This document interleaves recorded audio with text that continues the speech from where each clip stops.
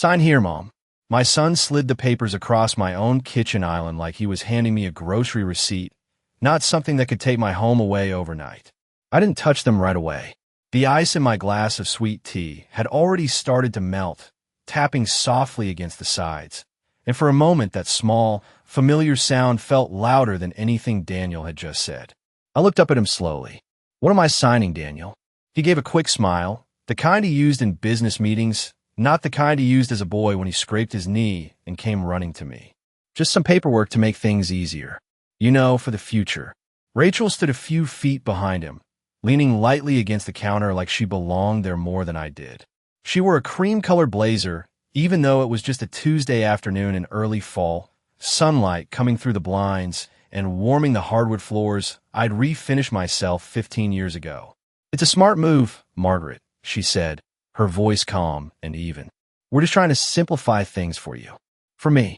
I reached for the papers then, not because I trusted them, but because I needed to see what kind of help required signatures in bold black ink at the bottom of every page. The document felt heavier than it should have. Legal language. Paragraph after paragraph. I caught words like transfer, primary ownership, and something about effective immediately. My name appeared, but not where I expected. Daniel's name came first. I frowned, tracing the line with my finger. "Why does this say you're the primary owner?" The question hung there, simple and direct. Daniel shifted his weight, glancing briefly toward Rachel before answering. "It's just how the structure works, Mom. It protects you." Rachel stepped forward before he could say anything else. "It ensures there won't be complications later. Probate, taxes, all of that. You wouldn't want to deal with those headaches." I let out a small breath and set the papers down on the counter between us. The same counter where I had packed Daniel's school lunches for 12 years. Peanut butter sandwiches, apple slices, sometimes a cookie if it was Friday. I could still see the faint mark where he once dropped a glass of orange juice and cried like the world had ended. Now he stood there in a pressed button-down shirt, checking his watch like he had somewhere more important to be. "Funny," I said quietly. "I've managed this house just fine for over 40 years. Neither of them answered right away. The refrigerator hummed behind me. Outside, a pickup truck rolled down the street, tires crunching lightly over gravel. Normal sounds. A normal day. And yet nothing about this felt normal anymore. Daniel cleared his throat. "We're just trying to plan ahead. You got to think long-term." I picked up the first page again, this time slower, more deliberate. The address at the top was mine. The house my late husband and I bought back in 1981 for $72,500. The house where every holiday, every birthday, every quiet Sunday afternoon had unfolded. My eyes moved down the page, stopping at a date. Filed. Not drafted. Filed. I looked up sharply. "When was this submitted?" Daniel hesitated, just for a second, but I saw it. Rachel answered again, smooth as ever. "It's part of the process. Timing isn't something you need to worry about." That was when something inside me shifted. Not loudly, not dramatically, just enough, because timing was exactly what I needed to worry about. I placed the papers back down, flattening them with my palm. "I think I'll need some time to look this over." Daniel exhaled, a hint of impatience slipping through. "Mom, it's standard. There's really nothing to," I said. I cut in gently, meeting his eyes. "I'll take some time." Rachel watched me closely then, her expression still composed, but there was a flicker there. Something calculating. Something that told me this wasn't as simple as they wanted me to believe. And as I glanced once more at that stamped date on the document, a single thought settled in, quiet but sharp. If this had already been filed, then whatever they were asking me to sign today might not be the beginning of anything. It might be the final step of something they'd already done behind my back. I did not say anything else after that. I simply gathered the papers, aligned their edges carefully, and walked them over to the small writing desk by the window. The same desk where I kept my checkbook, a stack of stamps, and a neat folder labeled Property Taxes, Franklin County. If they wanted me to believe this was routine, then I would treat it like routine. I opened the top drawer, took out my reading glasses, and sat down. Behind me, I could feel them watching. Daniel shifted again. Rachel did not move at all. "Mom," he said, softer this time, "you do not have to overthink it. I adjusted my glasses and flipped to the second page. After 40 years of paying every bill tied to this house, I replied, I think I have earned a right to read before I sign. That quieted him. For a moment, the room settled into a kind of polite silence, the kind families use when they are pretending everything is still normal. I let my eyes move slowly across the document, this time paying attention to the smaller details. There was a notary stamp in the corner. Blue ink. A name I did not recognize. The date again. 3 weeks ago. I turned the page. Another signature line. My name printed neatly underneath, but above it, a signature. I froze, just for a second, then leaned closer. It looked like mine at a glance. The same looping M, the same long tail on the last letter. But the spacing was wrong. The pressure was wrong. I had signed my name thousands of times in my life. On tax returns, on school forms, on hospital paperwork when my husband passed. This was not how my hand moved. I lifted my head slowly. Daniel, I said, keeping my voice even. Why is there already a signature here? He blinked, clearly not expecting that question. What do you mean? Rachel stepped in again, smooth and quick. That is just a draft copy, Margaret. Sometimes they pre-fill sections for formatting purposes. I held her gaze. They pre-fill my signature? She did not answer immediately. Instead, she walked closer, resting her hand lightly on the back of a chair. You are focusing on the wrong detail, she said. The important thing is that this protects your future. I let that sit for a moment. Then I closed the folder gently and placed both hands on top of it.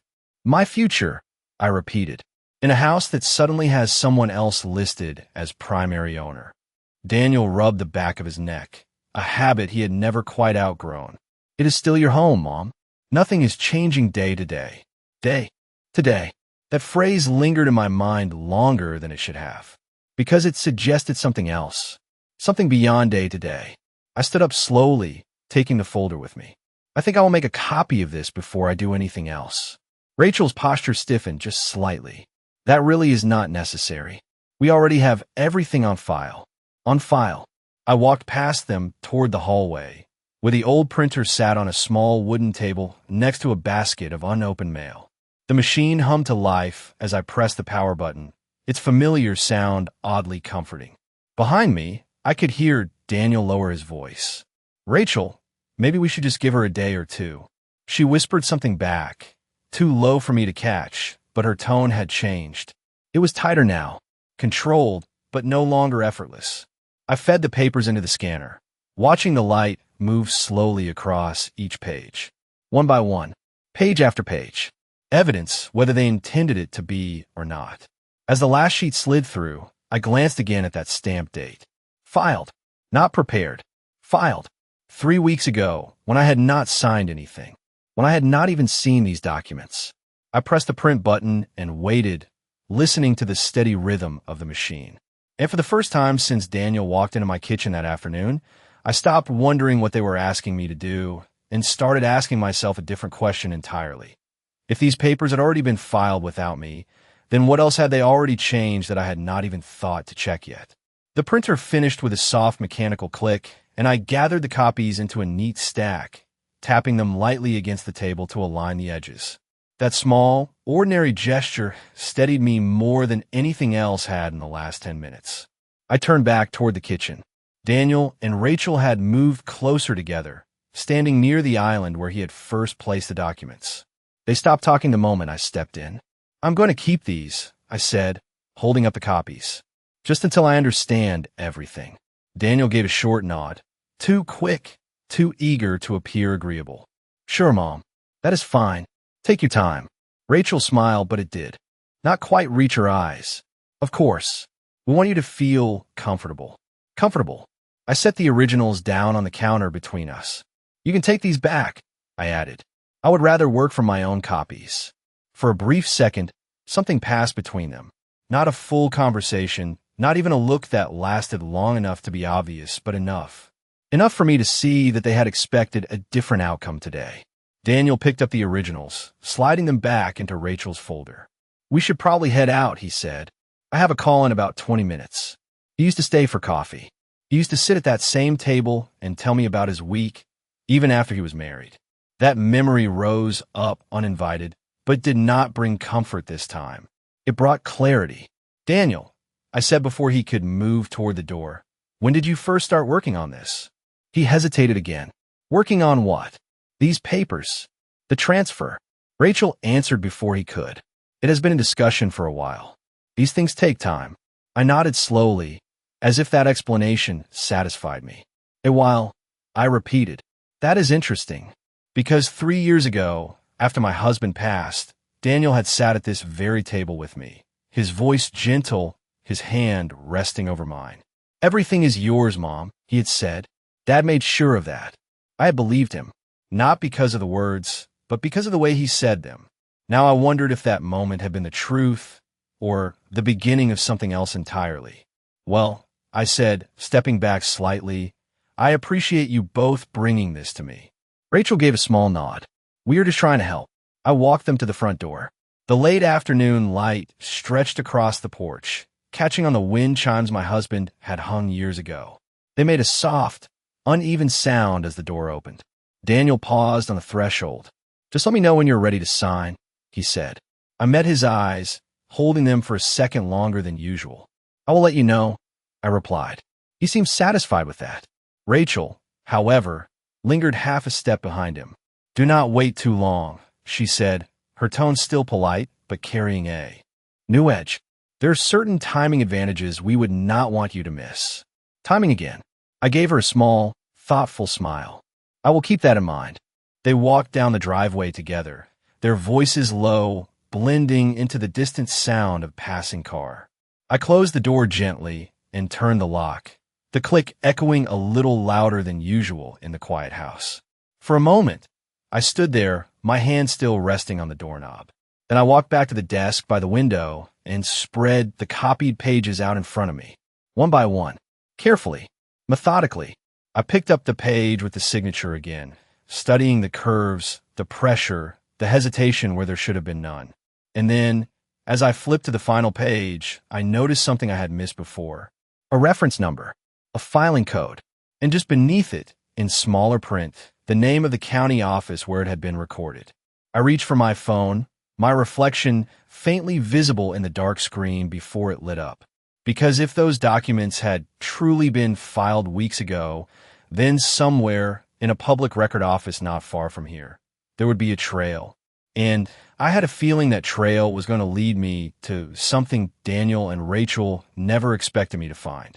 The next morning, I was in my car by 8:15, the folder resting on the passenger seat like it had somewhere to be. The Franklin County Recorder's office was only a 15-minute drive from my house, a plain brick building tucked between a courthouse annex and a small parking lot lined with faded white stripes. I had driven past it for years without ever needing to step inside. That changed the moment I pulled into a spot near the entrance and turned off the engine. I sat there for a second, hands on the steering wheel, then reached over and picked up the folder. The papers felt heavier now, not because of what they said, but because of what they might prove. Inside, the air smelled faintly of paper and disinfectant. Fluorescent lights buzzed softly overhead. A row of counters stretched across the room, each with a small sign and a numbered window. I stepped up to one labeled Public Records Assistance. A woman in her late 50s looked up from her computer. She wore reading glasses on a chain and had the kind of expression that suggested she had seen every kind of paperwork confusion imaginable. "Morning," she said. "What can I help you find?" I placed the copied page with a reference number on the counter. "I'm trying to locate a property filing," I said. "I believe it was recorded here a few weeks ago." She adjusted her glasses and leaned forward slightly. "Do you have the instrument number?" I pointed to the line near the bottom of the page. She typed it in, her fingers moving quickly across the keyboard. The screen reflected faintly in her lenses. For a few seconds, there was nothing but the sound of typing. Then she paused, just for a moment. "Okay," she said slowly, her tone shifting just enough for me to notice. "Yes, this was recorded here." My chest tightened, but I kept my voice steady. "Can I see the full record?" "Of course." She clicked again, then turned the monitor slightly, so I could view it. "This is a warranty deed transfer," she explained. "Filed 3 weeks ago." I leaned in closer. The address was mine. There was no mistake about that. My name appeared once, listed as grantor. Daniel's name appeared twice, once as grantee, and once again as co-holder. And then, just below his name, another name. Rachel Collins, listed clearly, legally, as co-owner. I stared at the screen, reading it again, slower this time. The woman behind the counter glanced at me. "Do you need a certified copy?" she asked. I swallowed once before answering. "Yes." "Ido." She nodded and began printing. "There's a small fee, $5 for the first page, $2 for each additional." I reached into my purse, pulling out my wallet with hands that were steady now, steadier than they had been yesterday. Because confusion had been replaced by something else. Something sharper, something clearer. When she handed me the printed document, I took it carefully, scanning every line. The signature was there again. My name, written in that same, almost right way. Not mine, but close enough to pass if no one looked too closely. There was a notary stamp as well. Same name, same date, same blue ink. "Do you notarize signatures here?" I asked. She shook her head. "No, ma'am. That would have been done elsewhere before submission." Of course it had. I nodded, folding the certified copy neatly and placing it back into my folder. "Thank you," I said. "You have been very helpful." "You are welcome," she replied, her expression softening slightly, as if she sensed there was more behind my visit than I had said out loud. I turned and walked toward the exit, each step measured, deliberate. Outside, the air felt cooler than it had when I arrived. I stood beside my car for a moment, opening the folder again and looking at the document one more time. My home. Transferred. Not discussed. Not explained. Executed. And Rachel's name sitting there beside my son's, as if she had always belonged on that line. I closed the folder slowly. Yesterday, I had been trying to understand what they wanted from me. Today, I understood something else entirely. They were not asking for permission. They were asking me to complete something they had already set in motion. I reached into my purse and pulled out my phone, scrolling through my contacts until I found a name I was looking for. My finger hovered for just a second before I pressed call.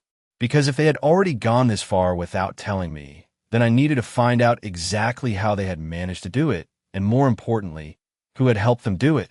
I pressed the call button and lifted the phone to my ear, watching the late morning traffic move slowly past the parking lot as if nothing in the world had shifted at all. It rang twice before a familiar voice answered. "Carver & Associates, this is Linda." I let out a quiet breath. "Linda, it is Margaret Collins." There was a brief pause, then her tone warmed slightly. "Margaret, it has been a while. What can I do for you?" I glanced down at the folder in my hand. "I think I may have a problem with my house." That was enough. She did not ask for details over the phone. "Can you come by this afternoon?" she said. "Bring whatever you have." "I will be there," I replied, and ended the call. By the time I got back home, the house felt different. Not unfamiliar. Not yet, but changed in a way I could not ignore. I set the folder on the kitchen table and stood there for a moment, taking in the room.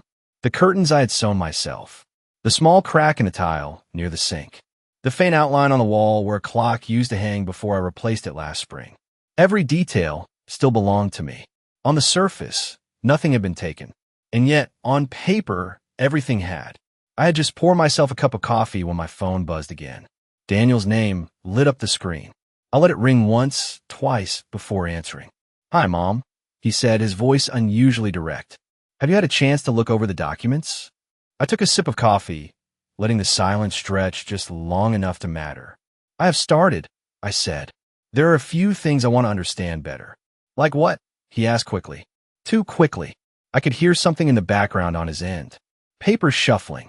A door closing. "For one," I said calmly, "I would like to know why my house has already been transferred into your name." There was a pause.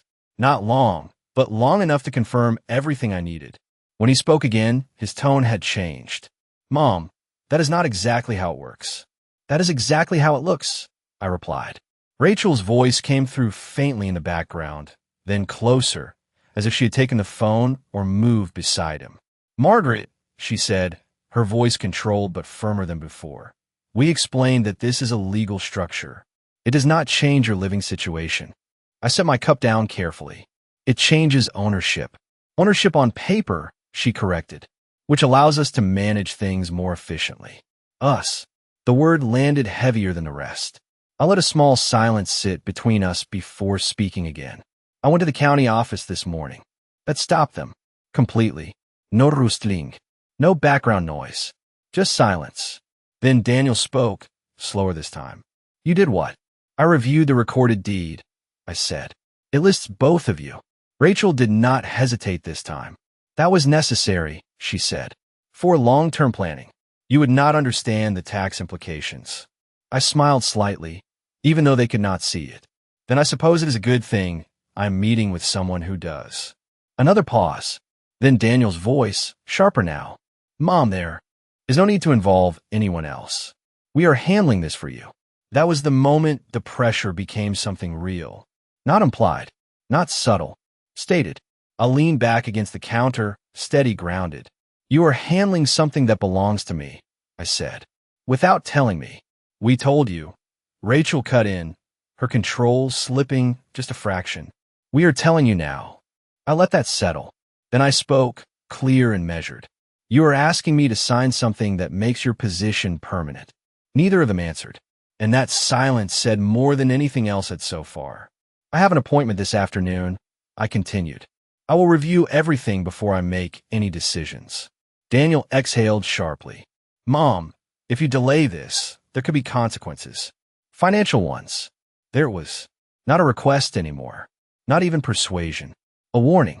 I picked up the folder again, running my fingers lightly along the edge. Then I suppose I should understand those consequences fully, I said. Before I sign anything. I ended the call before they could respond. The house was quiet again, but it no longer felt uncertain. It felt like a place I needed to defend. I glanced at the clock on the wall. Just after 11. My appointment with Linda was at 1. 2 hours. Enough time to prepare. Enough time to think. Or perhaps enough time for them to make their next move. Because as I walked back toward the table, my phone buzzed once more, this time with a new notification. An email. From Rachel. Subject line. Updated timeline. Urgent review required. And something told me whatever she had just sent was not meant to give me clarity. It was meant to rush me into something I could not undo. I stood there for a moment, staring at the subject line on my phone before I finally opened the email. The message was short, almost clinical. A PDF attachment labeled, Revised Agreement, Final Version. Below it, a few lines from Rachel. Margaret, we have streamlined the process. This version reflects the most efficient path forward. Timing is critical. Please review before your meeting. I let out a slow breath and tapped the attachment. The document opened instantly. Same structure, same language. But this time, there were additions. A highlighted section halfway down the page caught my eye. Occupancy clause. I read it once, then again slower. It stated that I would retain the right to reside in the property at the discretion of the managing owners. Discretion. Not guarantee. Not right. Discretion. I lowered the phone slightly, the meaning settling in with a clarity that felt almost cold. This was not about helping me manage anything. This was about control. Complete control. I set the phone down on the table and reached for the printed copy from the county office, placing the two documents side by side. One showed what had already been done. The other showed what they still needed from me. And for the first time since this began, the pieces started to fit together in a way that made sense. They had already transferred ownership. What they needed now was my agreement to the terms that would keep me there under their authority. I picked up a pen and began marking the page. Underlining phrases. Circling sections. Writing small notes in the margins the way I used to when balancing household budgets or reviewing insurance statements. Methodical. Quiet. Focused. The kitchen clock ticked steadily on the wall. 11:30. Then 11:45. By the time I finished, the document no longer looked official. It looked exposed. I reached for my phone again and took a photo of both documents side by side, making sure the dates, names, and clauses were clearly visible. Then I opened a new message and attached the images, but I did not send them. Not yet. Instead, I saved them. Evidence. Organized. Ready. At 12:15, I gathered everything into the folder and headed out the door. Linda's office sat just a few blocks from the courthouse, in a two-story building with a small brass plaque by the entrance. Inside, the waiting area was quiet, furnished with dark leather chairs and a table stacked with neatly arranged legal magazines. Linda met me herself, her expression shifting the moment she saw my face. "Come on back," she said, guiding me into her office. Diplomas lined the wall behind her desk. A legal pad sat open, pen resting across the top. "Tell me what is going on." I handed her the folder without a word. She took her time, page by page, her eyes moving carefully, occasionally pausing, occasionally narrowing. The room was silent except for the soft turning of paper. When she reached the certified deed from the county, she stopped. "Where did you get this?" "Public records," I said. She looked up at me, then, something sharper in her expression now. "Good." She continued reading, then picked up the revised agreement on my phone when I slid it across the desk. She read that one even more slowly. When she finished, she leaned back slightly, tapping the pen against her pad. "All right," she said. "Let me make sure I understand this." She gestured to the documents. "They transferred your property into their names without your knowledge, and now they are asking you to sign an agreement that gives them discretion over whether you can remain in your own home." "That is how it appears," I replied. Linda nodded once, firmly. "That is because that is exactly what it is." The words landed with a weight that felt different from anything before. Not suspicion, not assumption, confirmation. I folded my hands in my lap. "So what do I do?" Linda's expression did not soften. It sharpened. "You do not sign anything," she said, "and you do not tell them what you know yet." She leaned forward slightly, lowering her voice just enough to shift the tone of the room. "Because right now, they think you're catching up. I would prefer they keep thinking that." I felt something steady settle into place inside me. Not fear, not even anger. Direction. "What are you suggesting?" I asked. Linda gave a small, controlled smile.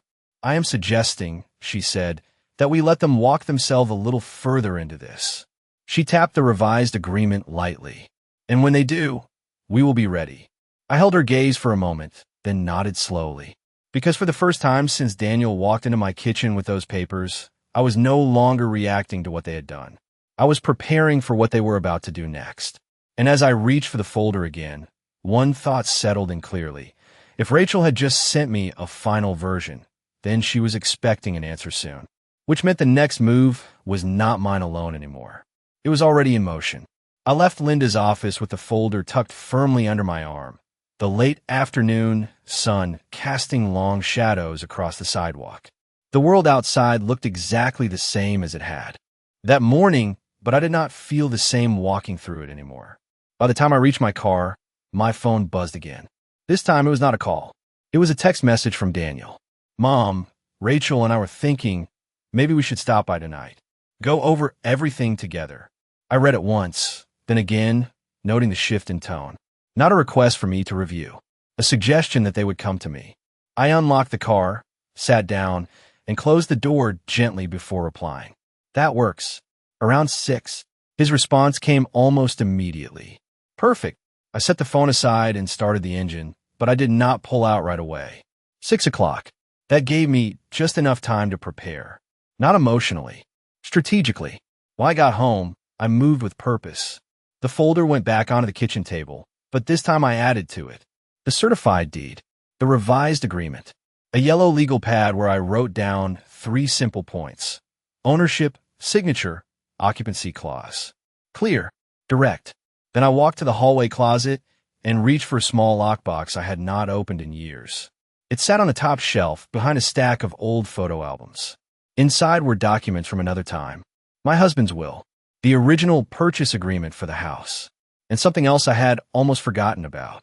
A thin envelope labeled in his handwriting, in case anything ever feels off. I stood there for a second before opening it. Inside was a notarized letter, dated just 6 months before he passed. I read it slowly, my eyes moving over each line with growing focus. It stated clearly that the property was to remain solely in my name, and that any transfer of ownership required my direct, verified consent in the presence of a specific legal witness. A name I recognized. Linda Carver. I let out a quiet breath, folding the letter carefully and placing it on top of the rest. That changed things. Not emotionally. Legally. It meant what Daniel and Rachel had done was not just questionable. It was directly against a documented condition. I checked the time. 4:45. Enough time to set the stage. I made coffee, set out 3 mugs, placed the documents neatly in the center of the table, but left the envelope slightly off to the side, just visible enough to matter later. At 5:58, I heard the familiar sound of a car pulling into the driveway. I did not rush to the door. I waited until the knock came. Calm, measured. When I opened it, Daniel smiled, but it was tight. Rachel stood beside him, composed as always, though her eyes moved quickly past me into the house. "Hi, Mom," Daniel said. "Thanks for doing this tonight." "Of course," I replied, stepping aside to let them in. They walked into the kitchen like they had done 100 times before, but tonight there was a difference. They noticed the table immediately. The papers. The arrangement. Rachel's gaze paused for just a fraction of a second on the certified deed before she looked back at me. "You have been busy," she said. "I like to understand what I am dealing with," I answered. We sat down. Daniel leaned forward slightly, hands clasped together. "So," he began, "what questions do you have?" I did not answer right away.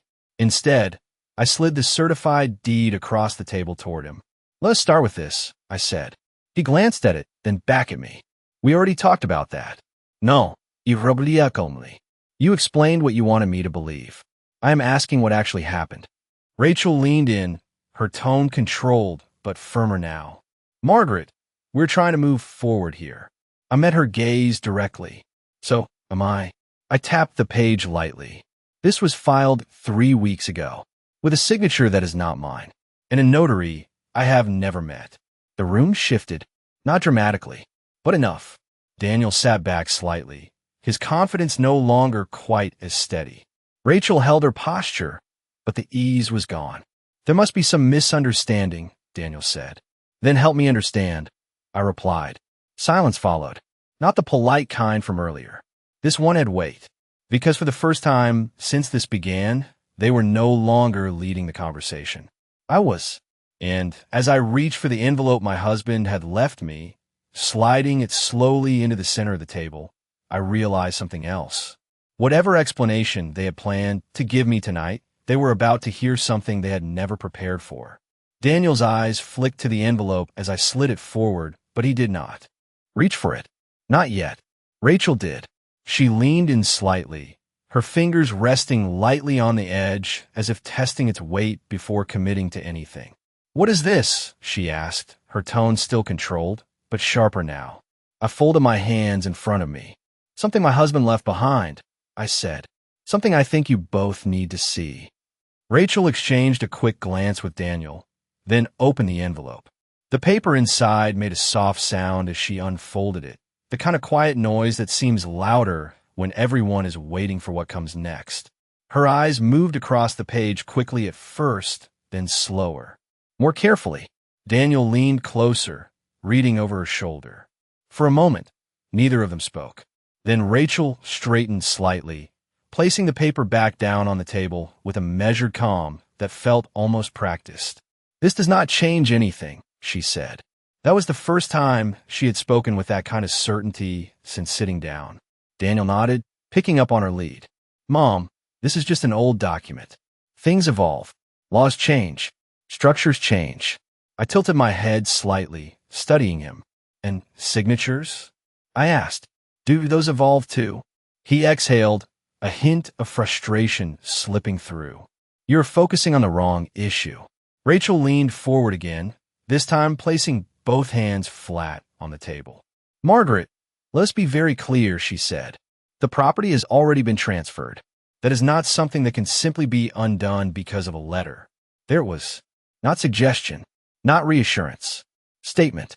I let the words settle between us, then nodded once, slowly. "So you're saying this is final?" "Yes," she replied without hesitation. Daniel added, "We are just trying to formalize everything, so there are no complications later." I reached for my coffee, now lukewarm, and took a small sip. "And the occupancy clause?" I asked, setting the cup back down carefully. Rachel did not flinch. "That is standard. It allows for flexibility in case circumstances change. Whose circumstances? I asked. She held my gaze. Everyone's. The room felt smaller somehow, the air heavier. But inside, something had shifted again. Not in them. In me.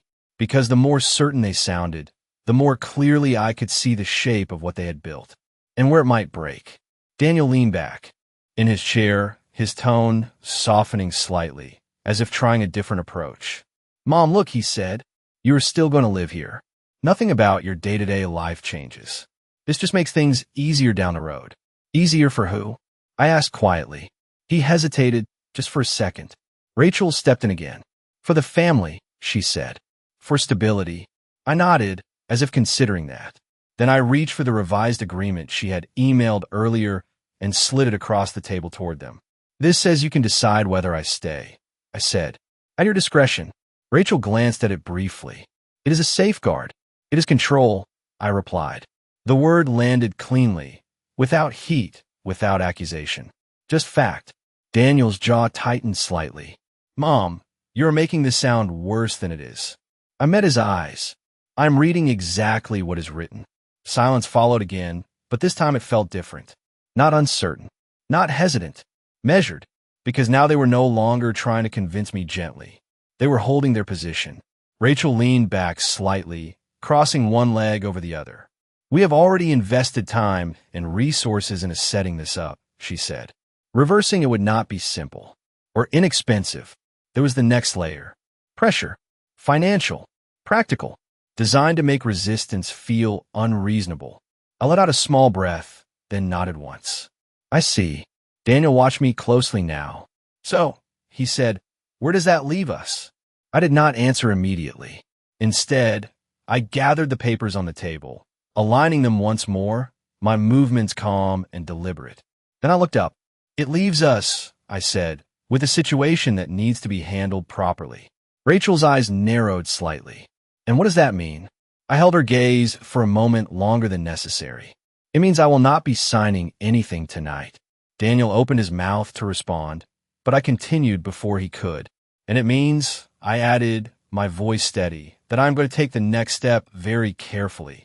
Rachel's expression hardened, just slightly. "Margaret, delaying this is not in your best interest." I gave a small, almost thoughtful smile. "That depends," I said, "on what I decide my best interest actually is." Neither of them spoke after that. The balance had shifted again, not completely, but enough. Because they had just shown me how far they were willing to go, and they still believed I was deciding whether to accept it.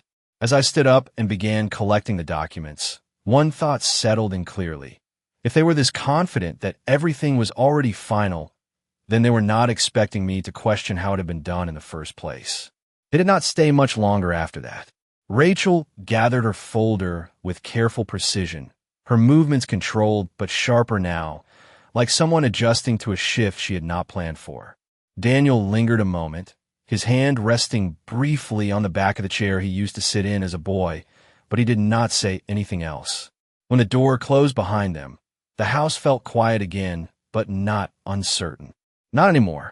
I stood there for a moment, listening to the faint sound of their car pulling away, then walked back into the kitchen and sat down at the table. The documents were still neatly stacked where I'd left them. I did not rush to move them. Instead, I reached for my phone and opened the voice memo app. The small red button glowed on the screen. I pressed it, set the phone down near the edge of the table, and let it record the silence for a second before speaking. June 14th, 6:23 p.m. Conversation with Daniel and Rachel Collins regarding property transfer and occupancy terms. My voice sounded steady, even to my own ears. I described what had just happened, the statements they made, the way Rachel had said the transfer was final, the way Daniel had warned of financial consequences if I delayed. I did not rush. I did not embellish. I simply recorded. When I finished, I saved the file and labeled it clearly. Evidence. Organized. Deliberate. Then I picked up the revised agreement again and flipped to the occupancy clause, reading it one more time. At the discretion of the managing owners. I circled the phrase slowly, then wrote a note beside it in pen. Control point. That was what Linda had meant. They thought I was catching up. They thought I was still trying to understand. But now I was mapping. I stood up and walked to the hallway closet again, returning the lockbox to its place, but this time I kept the letter from my husband with me. I slipped it into the folder, placing it behind the certified deed and in front of the revised agreement. Sequence mattered. What had been done? What was being asked? What had been intended? 3 layers. Clear. Connected. My phone buzzed again on the table. This time, it was not Daniel. It was an unknown number. I hesitated for a moment, then answered. Hello. Mrs. Collins, a man's voice said. Professional. Neutral. This is Mark Delaney from Delaney Financial Services. I am calling to confirm a scheduled property evaluation for tomorrow morning at 9. I felt my grip on the phone tighten slightly, but my voice did not change. I am sorry, I said. What evaluation? There was a brief pause as he checked something on his end. We were contacted earlier this week to assess the property for refinancing and potential restructuring. Refinancing. Restructuring. I closed my eyes for just a second, letting the words settle. And who requested this? I asked. Another pause. The request came through Daniel Collins and Rachel Collins, he said. Of course it had.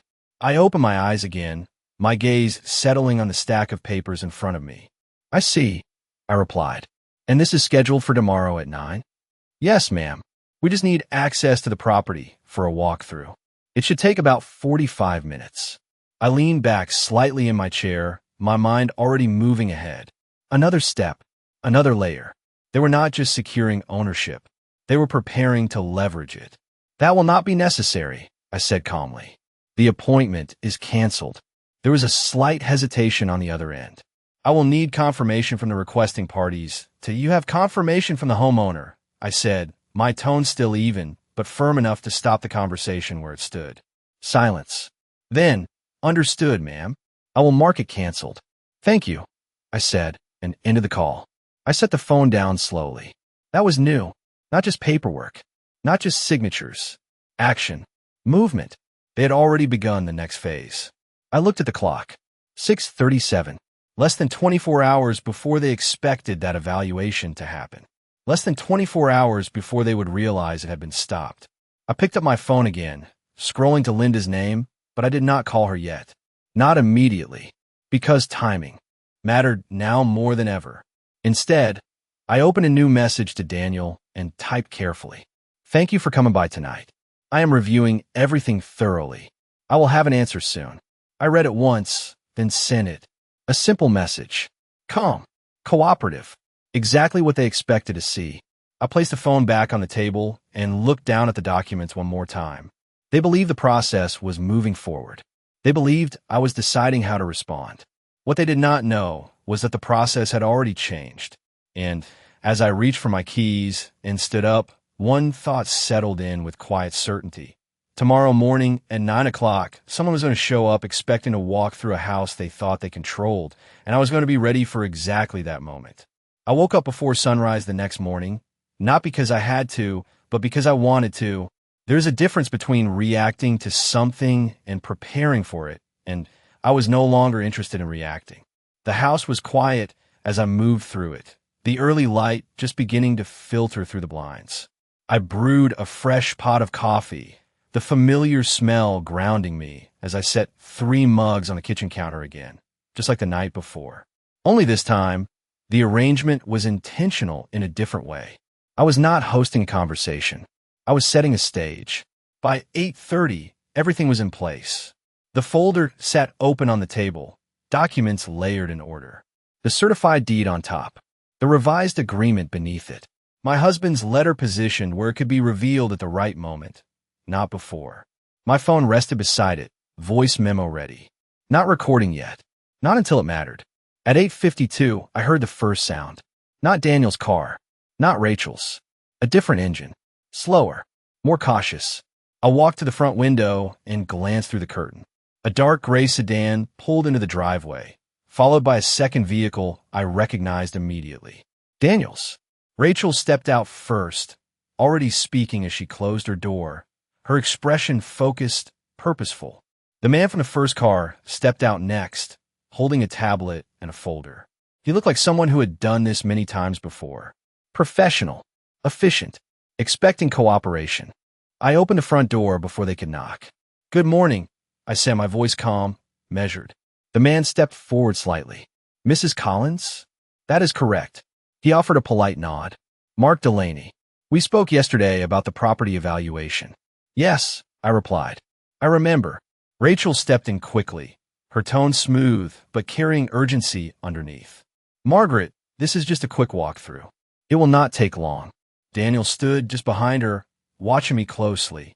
Waiting, I stepped aside, allowing them to enter but only halfway, not fully welcoming, not entirely refusing. "You can come in," I said. "But before anything else, we need to clarify something."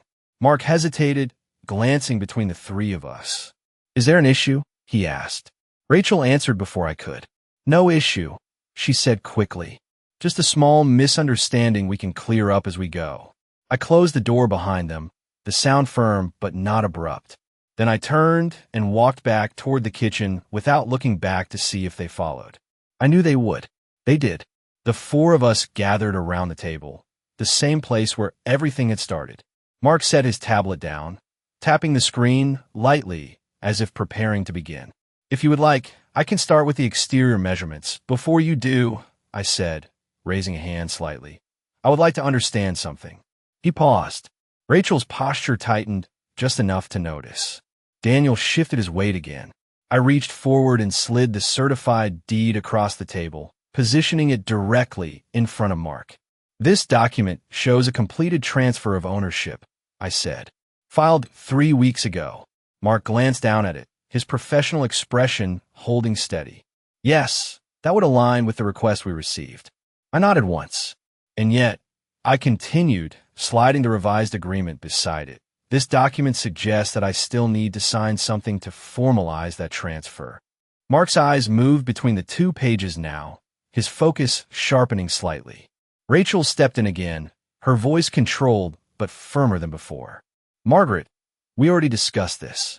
These are procedural steps." I did not look at her. I kept my attention on Mark. "Is it standard," I asked him, "to proceed with an evaluation based on a transfer that includes a signature the homeowner does not recognize?" That was the moment the air in the room changed. Not dramatically, but enough. Mark straightened slightly, his tablet forgotten for the moment. "I am sorry," he said carefully. "Can you clarify what you mean?" I met his eyes directly. I said, my voice steady, "that I did not sign that document." Silence followed. Not polite, not uncertain. This one carried weight. Rachel stepped forward immediately. "There is no need to complicate this," she said, her tone tightening. "Everything has been handled appropriately." Mark did not respond to her.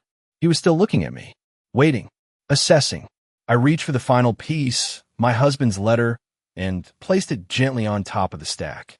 "Then perhaps," I said, "we should take a closer look at how it was handled." Daniel's expression shifted then, just slightly, but enough for me to see it.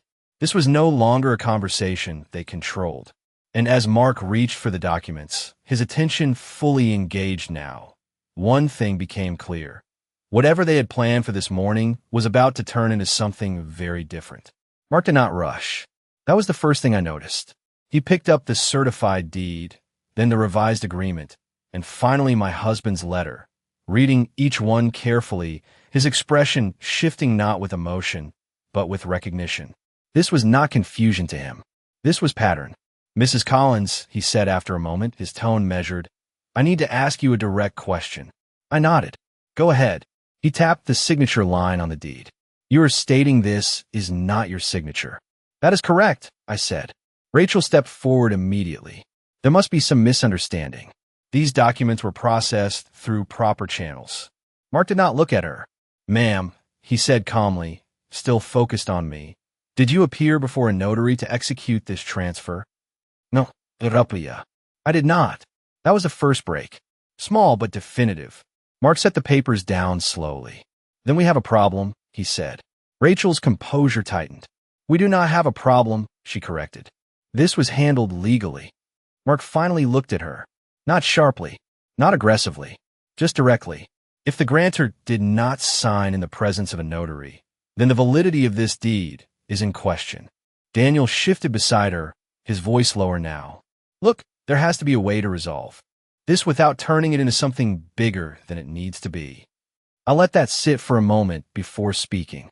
It already is something bigger, I said quietly. Then I reached for my phone, tapping the screen and opening the voice memo I had recorded the night before. I placed it on the table and pressed play. My own voice filled the room, steady and clear. The statements, the admissions, Rachel's words about the transfer being final, Daniel's warning about financial consequences. No raised voices, no confusión, just facts, spoken plainly, now played back without interruption. When it ended, the silence that followed was heavier than anything before. Rachel spoke first, but her tone had changed. Not controlled, not smooth, calculated. Recording private conversations without consent is not appropriate, she said. Mark glanced at her briefly. In this state, one-party consent is sufficient, he replied. And given the context, this may be relevant. Daniel looked between the two of us now, something unsettled in his expression. Mom, he said, quieter than before, we were trying to help you manage things. That is all this was. I met his eyes. Then you should have asked me, I said, instead of signing for me. That landed differently, not because it was louder, because it was undeniable. Mark reached for his tablet again, but this time he was not preparing for an evaluation. He was documenting.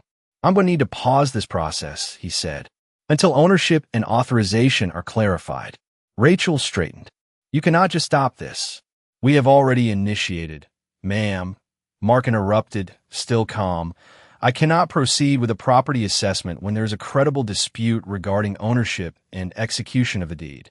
He turned slightly toward me. Mrs. Collins, I would strongly recommend you consult with legal counsel immediately, if you have not already. I gave a small nod. I have. That was the second break. Larger this time, because now it was not just my word. It was an external acknowledgement, a professional line drawn in the sand. Rachel's posture shifted again, but this time she did not step forward. She held her position, her eyes moving briefly to Daniel, then back to me. Calculating, reassessing. Daniel, however, looked different, less certain, less anchored. So what happens now? He asked, his voice no longer leading anything. I answered before Mark could. Now, I said, we make sure everything is handled properly. The same phrase they had used. Returned. Reframed. Rachel did not respond. Not immediately. Instead, she reached for her folder, gathering her papers with careful precision, but there was no smoothness left in the motion. Mark stepped back from the table, giving space, but not stepping out entirely. He was still there, still witnessing, still part of the moment. And that mattered, because this was no longer contained within the family. As I closed the folder in front of me, aligning the documents one final time, one thing became clear with absolute certainty. What they had tried to settle quietly inside this house was now something that would have to be answered outside of it. The silence did not last this time. It broke all at once. Are you kidding me right now? Daniel's voice cracked through the room, louder than anything he had said so far, his composure finally slipping. He pushed his chair back hard enough that it scraped sharply against the floor. Mom, this is insane. You are turning this into something it does not need to be. I felt it then. Not just clarity, not just control. Something deeper, something I had been holding back since the moment those papers first touched my hands. My chest tightened, my grip on the edge of the table firming as I stood up. It did not need to be anything, I said, my voice rising before I could stop it. Until you forged my name. The word hung there. Forged. Daniel froze. Rachel did not. She stepped forward immediately, her voice sharp, cutting through the tension. That is a serious accusation, Margaret. You should be very careful with that. Careful? I let out a short, disbelieving breath, my hand lifting slightly as I pointed to the documents spread across the table. You transfer my home. You sign my name. You try to make it permanent before I even knew what you were doing. And you are telling me to be careful. My voice shook now, not from uncertainty, but from the weight of everything finally catching up. The years, the trust, the quiet assumptions I had carried without question. Daniel ran a hand through his hair, pacing a step away from the table. We were trying to protect you, he said, louder now, defensive. You cannot manage all of this forever. The house, the taxes, everything. We were thinking ahead. By taking it away from me, I shot back. Rachel stepped in again, her tone harder now, stripped of the polite edges she had carried before. No one is taking anything away from you, she said. You are still living here. You still have everything you need. Everything I need, I repeated, my voice rising again. You wrote a clause that lets you decide if I stay in my own home. I picked up the revised agreement and held it up, my hand trembling just enough to feel it. At your discretion. Those are your words. Mark shifted slightly beside us, not stepping in, but no longer neutral either. Watching, listening. Daniel's face flushed, his frustration turning sharper. That is just legal language, he insisted. It does not mean what you think it means. Then what does it mean? I demanded, stepping closer now, closing the space he had tried to create. Explain it to me. Right now. He opened his mouth, but nothing came out. Not immediately. And that pause said everything. Rachel stepped forward again, but this time her voice carried something else. Not control. Pressure. Margaret, this is getting out of hand, she said. If you continue down this path, you're going to create legal and financial consequences for everyone involved. I let out a short, sharp laugh, the sound surprising even me. For everyone, I repeated. Well, just for you? That landed. Daniel stopped pacing. Rachel did not move. The room felt charged now, the kind of tension that does not settle easily. You had no right, I said, quieter this time but stronger. None. This house was never yours to transfer. Not his. Not yours. I tapped the letter my husband had left behind, my finger firm against the paper. He made that clear. In writing. With a witness. Rachel's jaw tightened, her eyes narrowing just slightly. That letter does not override a recorded deed, she said. We will see about that, I replied. Mark cleared his throat then, stepping forward just enough to be heard. At this point, he said, his tone professional but firm, I would strongly advise that no further action is taken on this property until legal counsel reviews all documentation. Continuing could expose all parties to significant liability. Liability. The word settled differently. Heavier. More real. Daniel looked at Rachel, something uncertain now in his expression, something that had not been there before. Rachel, he started quieter. She did not answer him. Not directly. Her focus stayed on me. Calculating again. Adjusting. But something had shifted, not just in me, in them. Because this was no longer contained. No longer manageable with quiet explanations and controlled language. This had consequences now. Real ones. I took a step back, my hand lowering, but my voice steady. This is not a conversation anymore, I said. This is something else. No one argued that. Not this time. And as the room settled into a tense, fragile silence, one thing became undeniable. Whatever happened next was not going to be decided at this table. The silence did not hold this time. It shattered. Rachel was the first to move, her composure finally cracking as she reached for a folder with sharp, impatient motions. We're done here, she said, her voice tight, no longer polished. This has gone far beyond what it needed to be. Daniel stood frozen for a moment, caught between her urgency and the reality settling in around him. Mark did not move at all. He simply picked up his tablet again, tapped a few deliberate notes, and then looked directly at both of them. I am documenting this interaction, he said calmly. Given what has been presented, I am required to report any irregularities tied to a recorded property transfer. That includes potential notarization issues. Rachel stopped. Completely. Her hand froze mid-motion on the folder. Report? She repeated, her voice dropping. Mark nodded once. Yes, ma'am. If a notary stamp was used without proper execution, that becomes a matter for the county and potentially state review. That was the moment everything shifted beyond recovery. Daniel turned to her, his voice lower, uncertain. Rachel, what does that mean? She did not answer him right away. For the first time since this began, she did not have an immediate response. Instead, her eyes moved quickly across the table, the documents, the letter, my phone. Calculating, but now under pressure. Real pressure. I stepped forward then, not raising my voice, not needing to. It means, I said, steady and clear, that this is no longer something you can fix with another document. Rachel looked at me sharply. You think this is going to end well for you? She said, the last trace of control, snapping into something colder.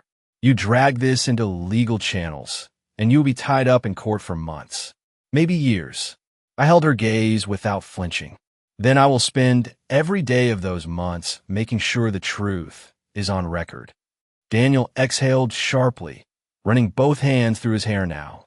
This is out of control, he muttered. It did not have to be, I replied. You made it that way. Mark stepped back slightly, giving space but not leaving.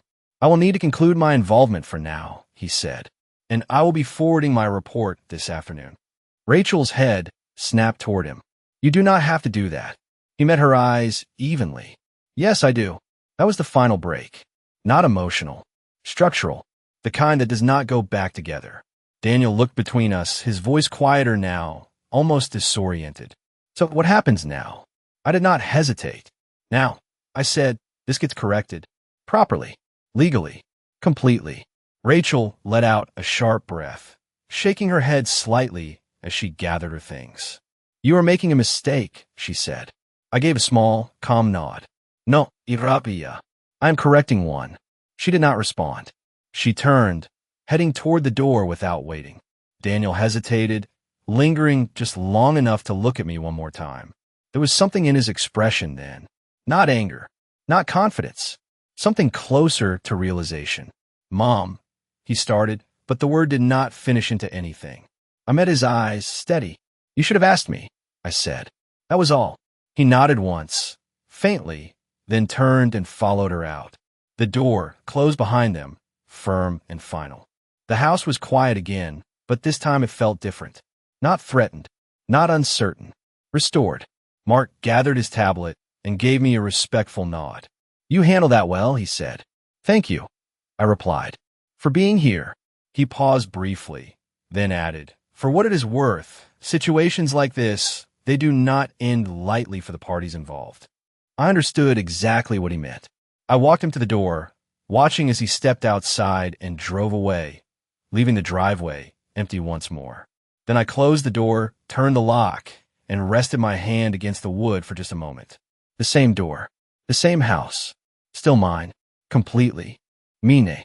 I walked back to the kitchen slowly, gathering the documents one final time and placing them neatly into the folder. Not as evidence anymore, as protection, as proof of what had been attempted and what had been stopped. Because whatever came next for Daniel and Rachel, it would not happen here. Not under this roof. Not with my name on anything they touched ever again.